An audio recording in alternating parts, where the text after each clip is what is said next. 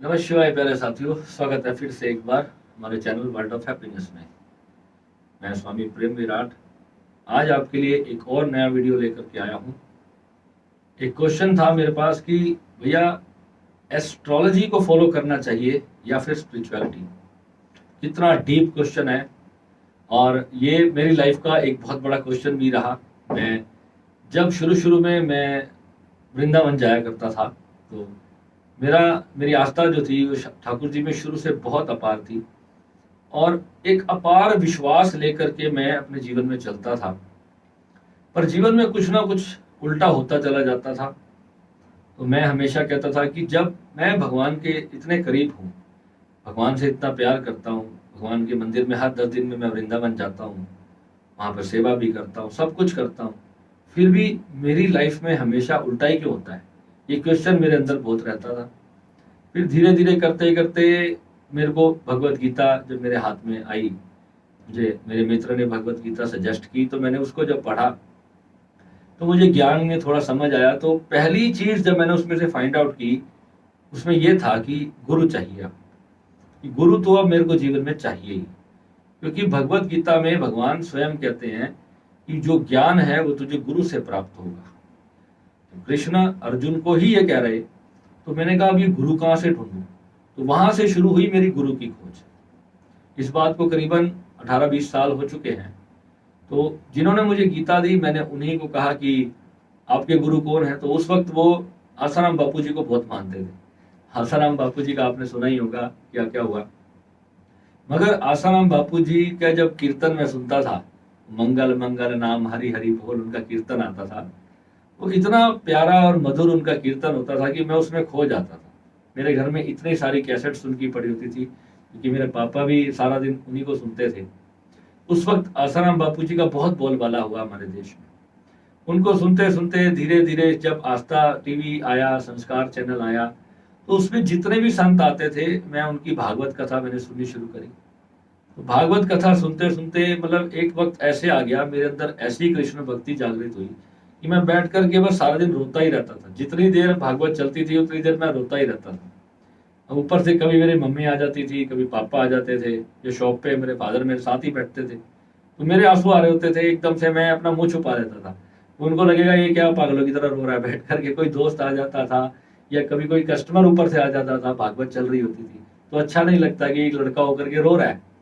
तो भक्ति की भावना होती है कि जब उस वक्त आप भगवान से जुड़े हो, परमात्मा के प्रति जब आपकी आस्था जुड़ रही होती है, तो आंखों में से आंसू आना स्वाभाविक बात होती है। इतना जब प्रेम हो जाता है ना भगवान से, तो फिर आंसू भी आते हैं। तो धीरे धीरे करते करते फिर मैं जगत गुरु कृपालु जी महाराज को सुनना मैंने शुरू किया। तो जैसे आप मुझसे पूछते हो ना कई बार आपके गुरु कौन है, मैं इन सभी को अपने गुरु भाव से देखता हूँ। मैंने जिस भी संतों से, जो भी संतों से मैंने ज्ञान सुना, किसी से भागवत सुनी, किसी से गीता, जो भी गीता कहता मैं वहां सुनने बैठ जाता। यूट्यूब पर इतने लोगों ने गीता कही है। ओशो ने जो गीता दर्शन पे टीका किया है, वो करीबन 350 से 400 घंटे की लगभग डिस्कोर्स है। वो जब मैंने सुनी तो मेरे वास्तविकता में पहली बार ज्ञान के प्रति मेरे आंखें खुली कि कितना बड़ा रहस्य है भगवत गीता, और उसको 18 अध्यायों में तो नहीं समझा जा सकता। वो जो अर्जुन को गीता कही गई, वो गीता एक सामान्य मनुष्य नहीं समझ सकता। जब ओशो ने उन्हें समझाया, जो भी उस वक्त साधक रहे ओशो के सामने, 350 दिनों तक ओशो ने गीता पर टीका की। उसको एक एक शब्द को गीता के जब एक्सप्लेन करके उन्होंने बताया, और उसके ऊपर अपना जीवन का अनुभव जब ओशो ने डाल दिया, अपने पास्ट लाइफ का सारा अनुभव डाल दिया उसके अंदर, तो लोगों को पता चला। फिर धीरे धीरे धीरे जब ध्यान में जुड़ने लगा, ध्यान करते करते सारी चीजें फिर अपने आप क्लियर होने लगी कि कैसे हमारे लिए जो है स्पिरिचुअलिटी कितनी ज्यादा जरूरी है। फिर ध्यान में भी जब चीजें सही नहीं हो रही थी, ध्यान भी कर रहा था, साधना भी कर रहा था। जब मैंने अपने गुरु जी से दीक्षा ली श्री विद्या की, तो श्री विद्या की साधना में जब मेरा कुंडलिनी जागृत हुआ, तो उस वक्त मेरे को बहुत बड़े बड़े अनुभव होने लगे, भीतर की चीजें दिखाई देने लगी। ना जाने कैसे कैसे अनुभव हुए। शक्ति जब जागृत होती है तो मेरी हीलिंग पावर इतनी ज्यादा बढ़ गई थी, इतनी ऊर्जा मेरे शरीर के अंदर थी। वो कुंडलिनी वाले वीडियो के ऊपर मैंने आपको सब बता ही दिया कि उसमें मेरे साथ कैसे कैसे अनुभव हुए थे। और अभी जितने मेरे साधक मेरे साथ जुड़े हुए हैं, सेम के सेम अनुभव उनके साथ हो रहे हैं, क्योंकि वो एक प्रोसेस है। वो सीढ़ियां है, आपको वहीं से चल करके जाना है। पर अब उनको क्या फायदा हो रहा है कि जिस चीज से मैंने गड़बड़ को अपनी ठीक किया था, तो वो चीजें मैं शुरू से ही उनको करवा देता हूं, ताकि उनको बहुत ज्यादा आगे चल करके दिक्कत ना आए। मेरे जितने भी साधक हैं वो अक्सर मुझे कहते हैं, गुरुजी रीढ़ की हड्डी में एक आग सी लग रही है, एक अग्नि सी जल रही है नीचे से, वो ऊपर की तरफ उठ रही है। तो वही वास्तव में कुंडलिनी शक्ति है। जब तक आपको अपनी रीढ़ की हड्डी में, अपने मूलाधार चक्र में गर्म सेक महसूस ना हो, कि वो ऊर्जा जो है ऊपर जब ना जाए, तो जब तक आप ये बिलीव मत करना कि आपकी कुंडलिनी सुषुम्ना नाड़ी में चली गई है, क्योंकि वो कहीं भी और जा सकती है पर सुषुम्ना में नहीं गई है। सुषुम्ना नाड़ी होती है वो हमारे जो सेंटर की नाड़ी होती है, जब उससे हमारी कुंडलिनी ऊपर चलती है तभी हमारे को ये चीजें पता चलती है। खैर आज ये टॉपिक नहीं है, आज हमारा टॉपिक है एस्ट्रोलॉजी या स्पिरिचुअलिटी। तो स्पिरिचुअलिटी तो मस्ट है जीवन के अंदर, मगर किसके लिए? एक व्यक्ति है जो महात्मा बुद्ध की तरह अपना पूरा राज्य, जिसको इतना करोड़ों रुपए का ऐश्वर्य जिनके जीवन में था, वो सब उन्होंने भोग लिया अपनी बहुत कम आयु के अंदर, उससे वो तृप्त है और तब वो छोड़ छाड़ के सब कुछ चला गया। तो उसके लिए तो स्पिरिचुअलिटी बहुत जरूरी है। अब एक व्यक्ति ऐसा है जिसने अपने जिंदगी में अभी कुछ देखा नहीं, संसार के सुखों को जिसने भोग नहीं किया, उनके लिए फिर एस्ट्रोलॉजी है। तो दोनों चीजों को आप जब साथ में लेकर चलोगे तो उसको कहते हैं 200% लाइफ। बाबा जी कहते थे कि 100% संसार होना चाहिए और 100% जो है स्पिरिचुअलिटी होनी चाहिए, तब जो है मजा है जिंदगी का। ये नहीं है कि आप बैठे तो जंगलों में और मन आपका संसार में अटका हुआ है, यानी कि कोई चीज आपको प्राप्ति नहीं हुई अपने जीवन के अंदर। जितना हो सके अंदर से शांति भी होनी चाहिए और भोग भी होने चाहिए। और गीता का भी सार यही है। गीता में भी भगवान अर्जुन को क्या कहते हैं कि जो भोगों को शरीर द्वारा दमन करके मन में चिंतन करता है वो कहीं नहीं पहुंचता, क्योंकि भोगों को मन से तो, शरीर से तो रोक लिया, अपने बलपूर्वक यत्न करके अपने उन भोगों को, अपनी उस वासनाओं को, उन चीजों को रोक के दमन करके बैठा है, मगर भीतर से मन उसका उसी चीजों के प्रति चिंतन कर रहा है, तो अभी वो फिर मुक्त नहीं हुआ। तो मुक्ति तो तब आती है जब पेट भर लिया होता है इंसान ने, तो फिर उसको और रोटी खाने की इच्छा नहीं होती है। मगर ओवर पेट भरना भी शरीर को खराब करता है, आपकी हेल्थ को खराब करता है। तो यानी सामंजस्य होना चाहिए, एक संयम होना चाहिए कि कब आप संसार में हो, कब आप अपने भीतर अपनी आत्मा में केंद्रित हो। तो यही बैलेंस एक योगी को योगी बनाता है। ये जो बैलेंस अगर आपने अपने जीवन को कर लिया, क्योंकि देखो काम भी है आपके अंदर, क्रोध भी है, लोभ भी है, मोह भी है, अहंकार भी है। ये 5 ही चीजें हैं जिससे आप बने हो। आप इसी के पुतले हो और कुछ नहीं है आपके, इनके सिवाय और कुछ है ही नहीं जीवन। तो ये 5 चीजें अपने आप को भर लेना चाहती हैं। या तो इनको भर लो या इनको त्याग दो, 2 ही तो मार्ग है। या इनको पूरी तरह से जीत लो या पूरी तरह से त्याग दो। और कई बार क्या होता है कि कुछ चीजें आपके वश में होती हैं और कुछ चीजें आपके वश में नहीं होती, तो वहां पर त्याग होना चाहिए। तो त्याग की पावर कहां से आएगी? स्पिरिचुअलिटी से। और जो चीज आप पा सकते हो, जिस चीजों को अचीव किया जा सकता है मेहनत करके, और मेहनत के साथ जब आप ग्रहों को समझते हो, उनकी ऊर्जाओं को समझते हो। देखो एक उपाय है कोई भी, आप ऑरा के बारे में आप सभी जानते हो कि ऑरा में हमारे जो 7 कलर्स होते हैं, जो उपाय होते हैं, जब आपको कोई कहता है कि आप जाओ, आप काली उड़द की दाल जो है ना 43 दिन जाकर के आप बहते हुए जल में प्रवाहित करो, इसके पीछे की साइंस क्या है, इसको समझने की जरूरत है। सभी एस्ट्रोलॉजर कहते हैं जिनका राहु और शनि खराब हो उनको नीले और काले वस्त्र नहीं पहनने चाहिए, और मैं सबको मना करता हूँ। और ये देखो ज्यादातर आपने मेरे को नीले और कालों में देखा होगा, मैं नीले पैंट हमेशा ज्यादातर काली पहनता हूँ, और टी शर्ट्स मुझे नीली बहुत ज्यादा पसंद है, नीली या फिर येलो। राहु या बृहस्पति 2 ही मेरी शक्तियां हैं। शुक्र को मैं अपने बीच में इन्वॉल्व ही नहीं करता, शुक्र से मुझे भय लगता है, क्योंकि वो मेरा पहले ही इतना ज्यादा पॉजिटिव है, जबकि अष्टम में बैठा है और लोग कहते हैं कि खराब है। एस्ट्रोलॉजी के हिसाब से अगर मैं बात करूं तो शुक्र मेरा अच्छा नहीं है, मगर मैं जानता हूं कि शुक्र मेरा कितना अच्छा है, क्योंकि मेरे को श्री विद्या की शक्ति जो है वो सारी की सारी शुक्र को मिल गई। साधना की शक्ति जो है वो शुक्र को बढ़ा दिया उसने, तो शुक्र खराब हुआ ही नहीं, मेरे को कभी उसका कोई खराब रिजल्ट आया ही नहीं। मैंने अभी तक सिर्फ एक एस्ट्रोलॉजर को ऐसे को मैंने सुना था जिसने 8वें शुक्र की एग्जैक्ट भविष्यवाणी करी थी कि 8th हाउस का शुक्र मनुष्य को सुप्रीम स्पिरिचुअलिटी तक लेकर जाने वाला होता है। गूढ़ से गूढ़ विद्याओं का ज्ञान अष्टम भाव के शुक्र को होता है। अगर आप में से किसी की भी कुंडली में अष्टम भाव का शुक्र है तो एक ना एक दिन वो महायोगी बनना ही बनना है। चाहे बाकी ग्रहों की उसको सपोर्ट मिले चाहे ना मिले, शुक्र अकेला ही वहां पर सक्षम है, बाकी ग्रहों की सपोर्ट वो ले ही लेगा।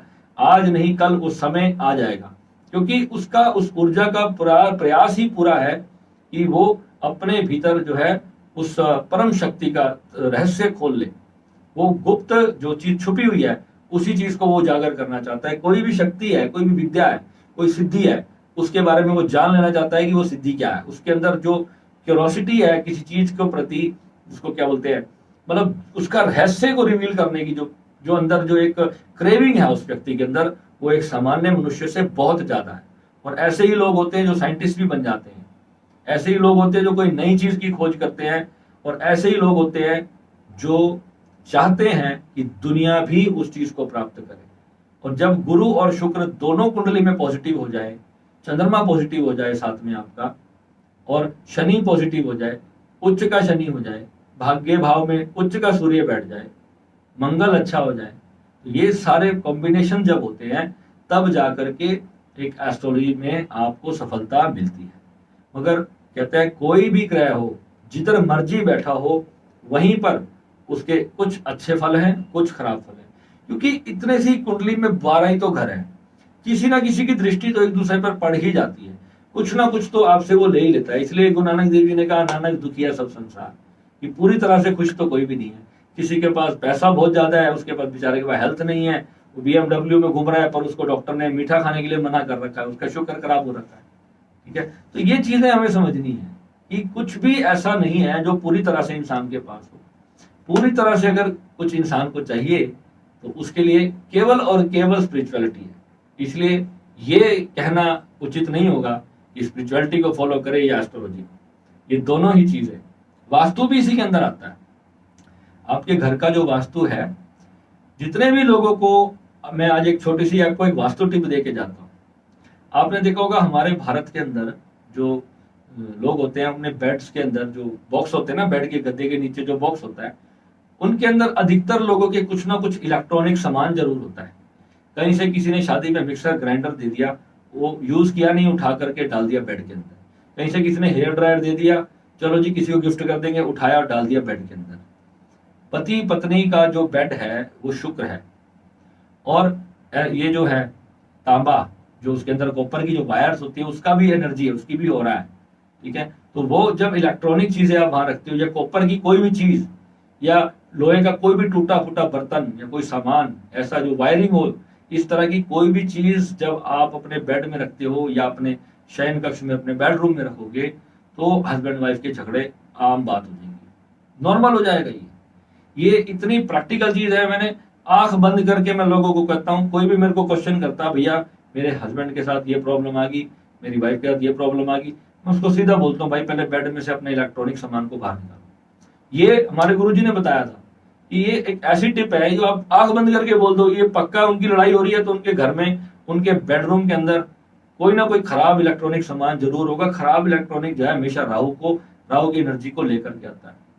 और अगर आप किसी ऐसे एरिया में रहते हो जहाँ पे पोल्यूशन बहुत ज्यादा है, पोल्यूशन भी राहु है, धुआं जो है ये राहु ही है, तो जहाँ पोल्यूशन बहुत ज्यादा होता है तो अपने घर में एग्जॉस्ट लगा के रखें।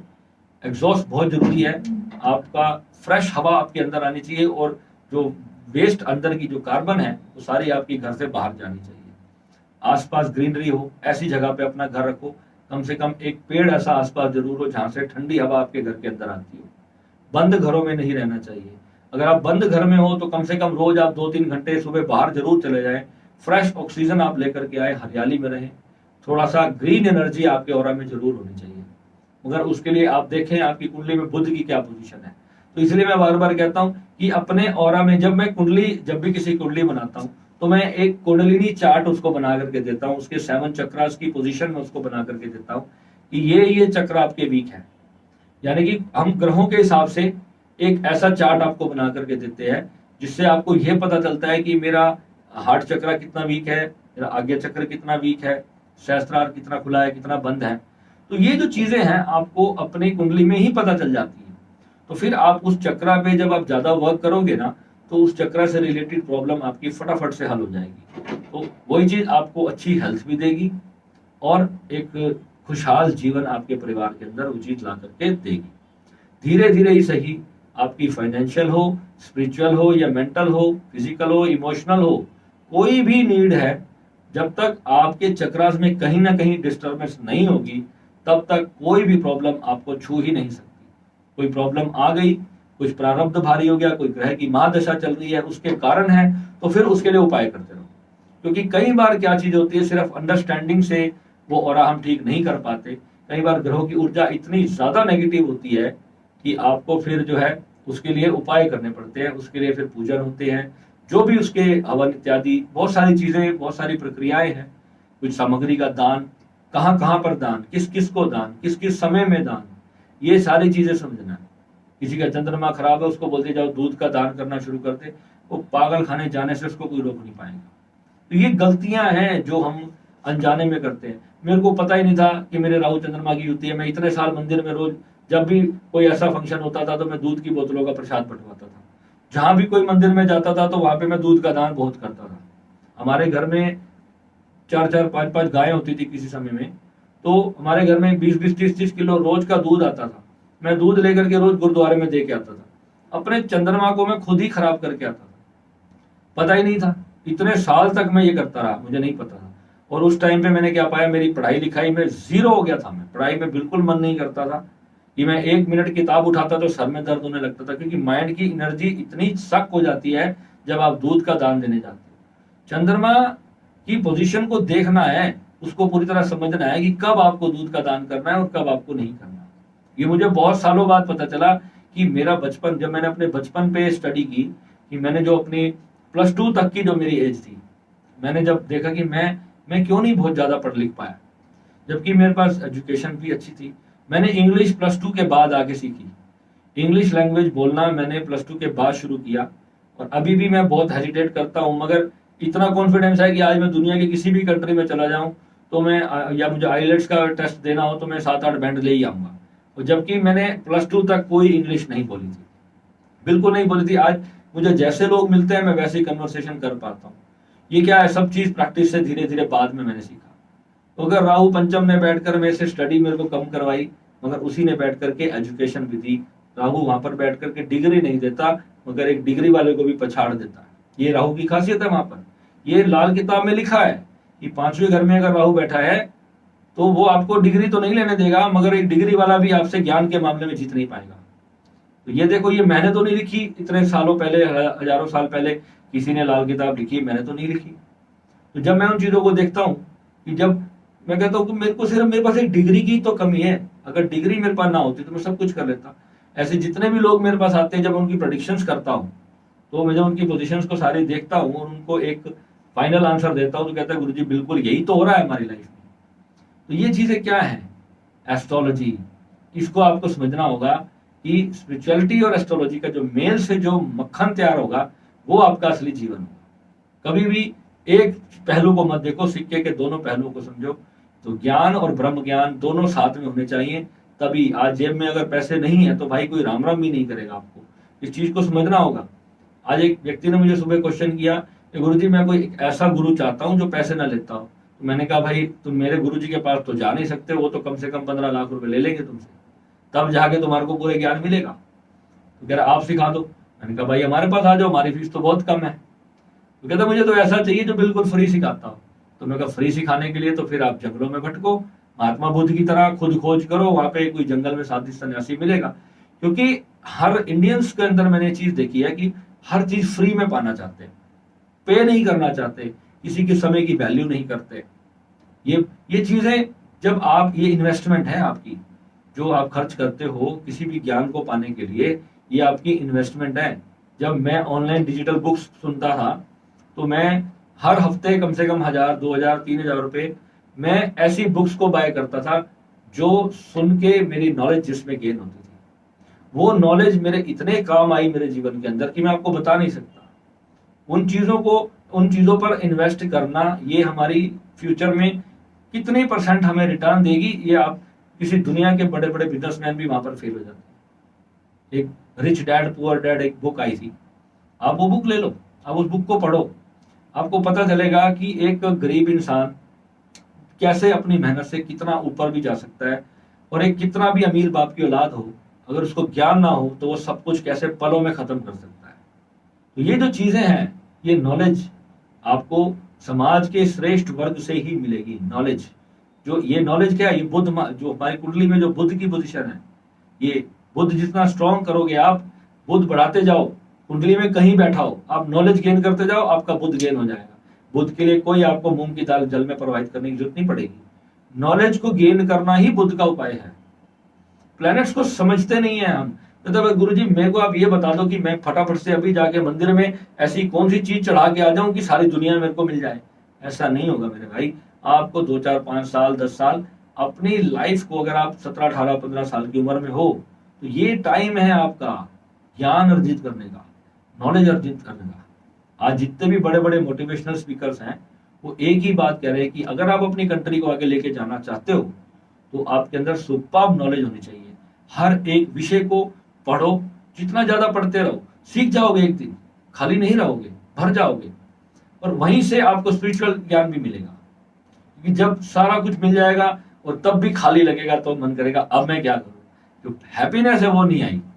सब कुछ होने के बाद जब हैप्पीनेस नहीं आएगी तो पहले तो स्पिरिचुअलिटी को पकड़ लो, स्पिरिचुअलिटी के साथ साथ अपना एस्ट्रोलॉजी को पकड़ लो, और साथ साथ अपनी नॉलेज गेन करते रहो, बस मिल जाएगी जिंदगी। ठीक है, तो मिलेंगे अगले वीडियो में। नमस्कार।